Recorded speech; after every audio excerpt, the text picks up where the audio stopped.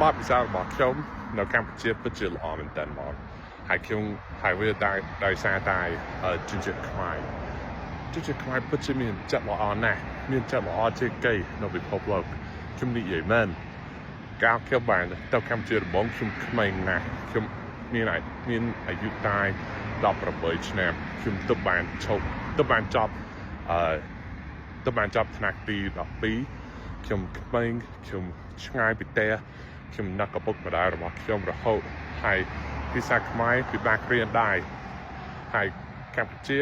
មានភាពខុសគ្នាច្រើនពីអាមេរិកអញ្ចឹងដំបូងវាពិបាកប៉ុន្តែបានមានមនុស្សច្រើនដែលបានជួយខ្ញុំខ្លាំងមែនតើហ្មងមានមនុស្សដែលខ្ញុំហៅជាបងប្អូនខ្ញុំឪពុកម្ដាយរបស់ខ្ញុំដែលសារគេបានស្រឡាញ់ខ្ញុំជួយខ្ញុំច្រើនមែនតើហើយកម្ពុជាពិតជាល្អណាស់ខ្ញុំស្រឡាញ់កម្ពុជាខ្ញុំដាក់ក្រងាយមួយឲ្យខ្ញុំធ្វើ TikTok មួយនេះគឺដោយសារខ្ញុំចង់ហាត់ភាសាខ្មែររបស់ខ្ញុំចង់រាប់អានមនុស្សផ្សេងទៀតអញ្ចឹងណាខ្ញុំអត់បានលុយអីសោះពី TikTok មួយនេះបាទបបពិសោធន៍របស់ខ្ញុំនៅកម្ពុជាល្អមែនតើ